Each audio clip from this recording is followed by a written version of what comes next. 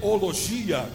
Isso é a vida do ser humano, isto é, o ser humano em si. Nós somos assim, sempre buscando aprimoramento, sempre procurando nos aprimorar naquilo que nós fazemos. Se é um levita na casa do Senhor e tem a oportunidade, vai procurar uma aula de canto para poder se aprimorar. Se você compra um carro, por exemplo, e este carro não tem um som que lhe agrada, com certeza você vai olhar e vai dizer: quando eu puder, eu vou comprar um som melhor e vou colocar no meu carro. Nós somos assim. E o texto ao qual eu acabei de ler, o texto ao qual eu li acerca de Cornélio, vai falar de um centurião, vai falar de um homem simples, não era um judeu, mas era um homem que tinha alguns atributos, era um homem que tinha algumas características que marcavam a sua vida.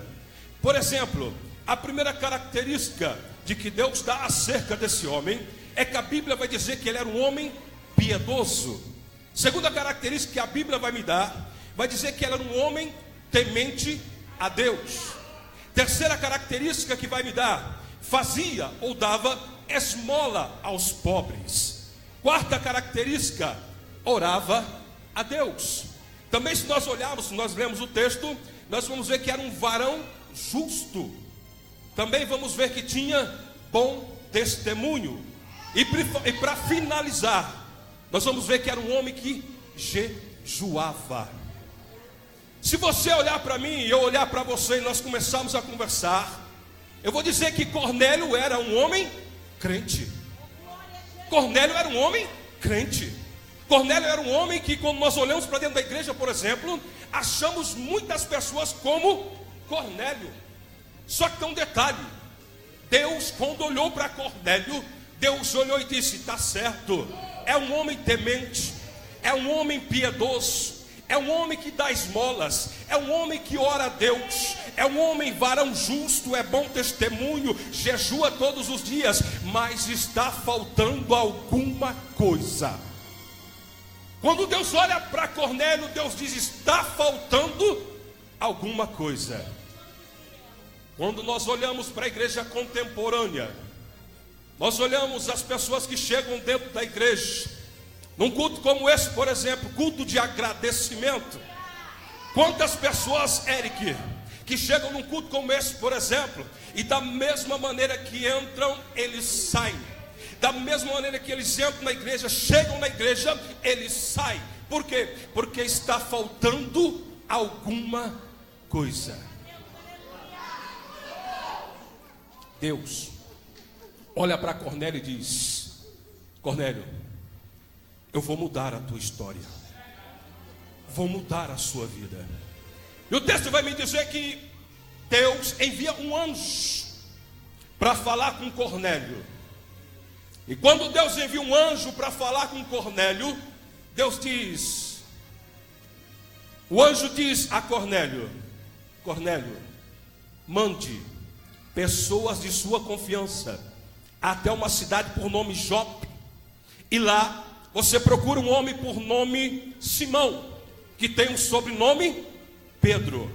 E quando encontrar este homem, convide-o para vir à sua casa, porque quando este homem vier para a sua casa, você vai conhecer algo que você ainda não conhece, Cornélio. Sabe o que Deus está me dizendo aqui agora? Te prepara, crente, nesta noite.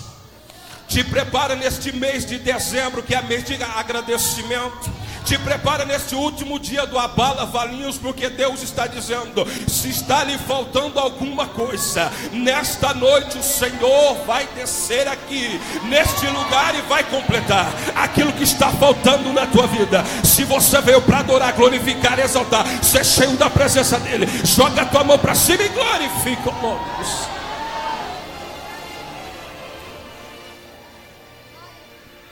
Cornélio, quando ouviu dizer que era para chamar os homens e mandar até Jope, ele assim o fez.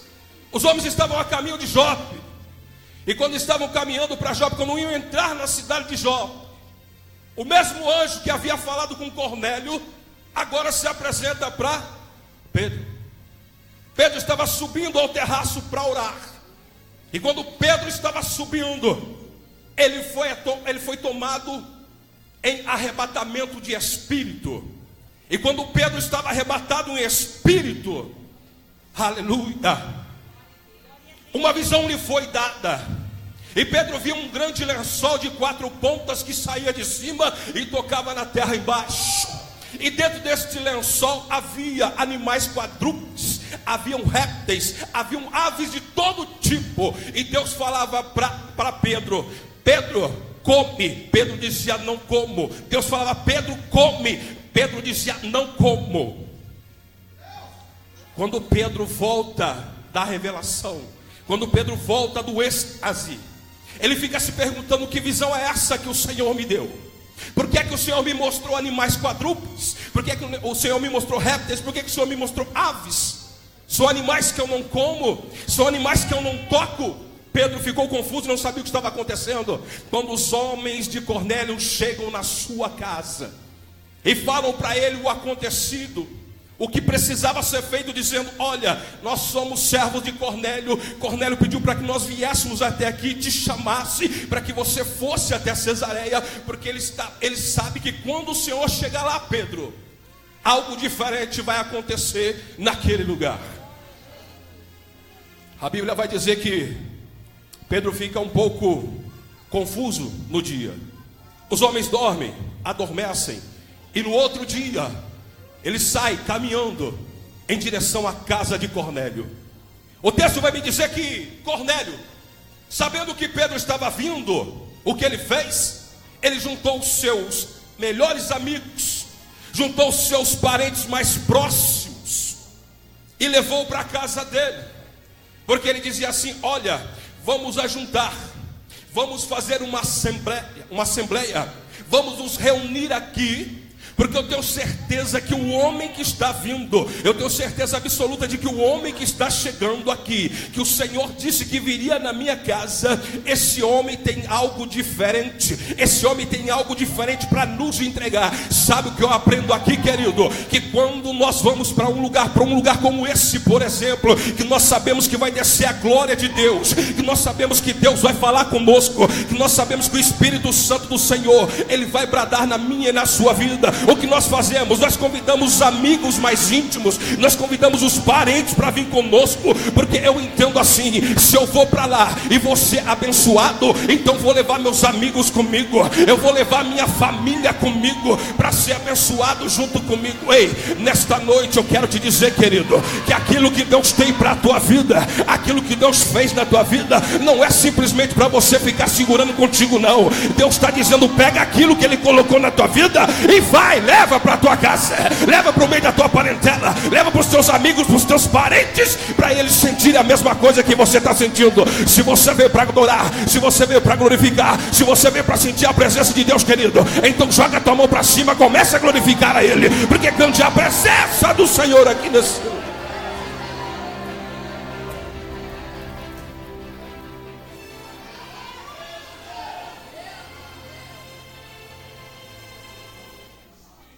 Pedro sai, junto com ele 6 homens. Quando chegam na casa de Cornélio, já estava tudo pronto para começar o culto. Eu fico imaginando, conjecturando com Deus, aquele povo todo reunido, esperando chegar o pregador. E não era nada mais, nada menos do que Pedro que pregaria naquele dia. Pedro chega. Quando Pedro chega na casa, Pedro vê a multidão. Pedro conversa com Cornélio. Cornélio explica a visão do anjo. Pedro entende então que Deus, quando deu aquela visão a ele dos quadrúpedes, dos répteis, das aves, Deus estava dizendo: olha, Pedro, o homem pode fazer acepção, o homem pode dividir o imundo do mundo, o homem pode falar que é melhor do que outro, mas eu, Senhor, eu não faço acepção de pessoas. Você não queria vir, Pedro, porque tu estava dizendo que eles não eram judeus, que eles eram gentios, mas eu sou o Senhor que vim, eu sou o Senhor que venho, eu venho para gentil, eu venho para judeu, eu venho para grego, eu venho para troiano, eu venho para quem me dá lugar, para buscar a minha presença. Se você veio para buscar a presença dele nesta noite, te prepara, porque o Senhor há de tocar na tua vida. Ei!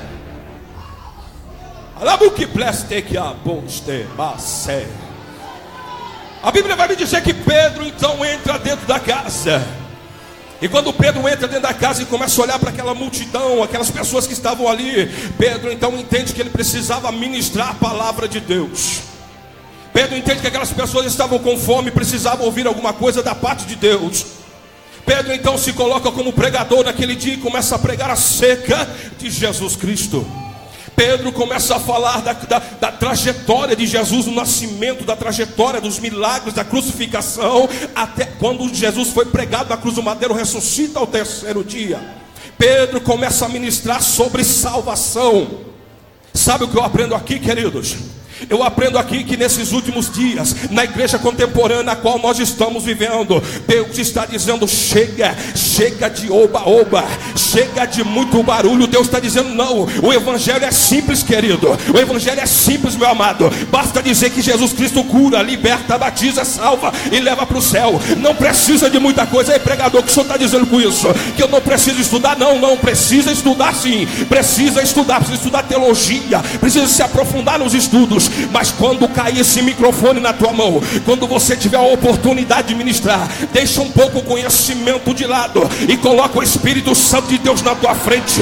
Coloca o Espírito Santo de Deus para ministrar na tua vida. Sabe por quê, querido? Porque se você coloca o Espírito Santo para ministrar, a tua pregação não vai ser simples, não vai ser como a pregação de todo mundo, não vai ser só barulho, não vai ser só oba-oba. Sabe o que o Senhor está dizendo aqui? Que a partir do momento que você coloca o Espírito Santo do Senhor na frente da tua pregação, se tiver aqui aleijado, ele vai sair andando. Se tiver crente sentado na cadeira de roda, ele vai se levantar e vai sair andando. Se tiver pessoas enfermas nesta noite, Deus está dizendo: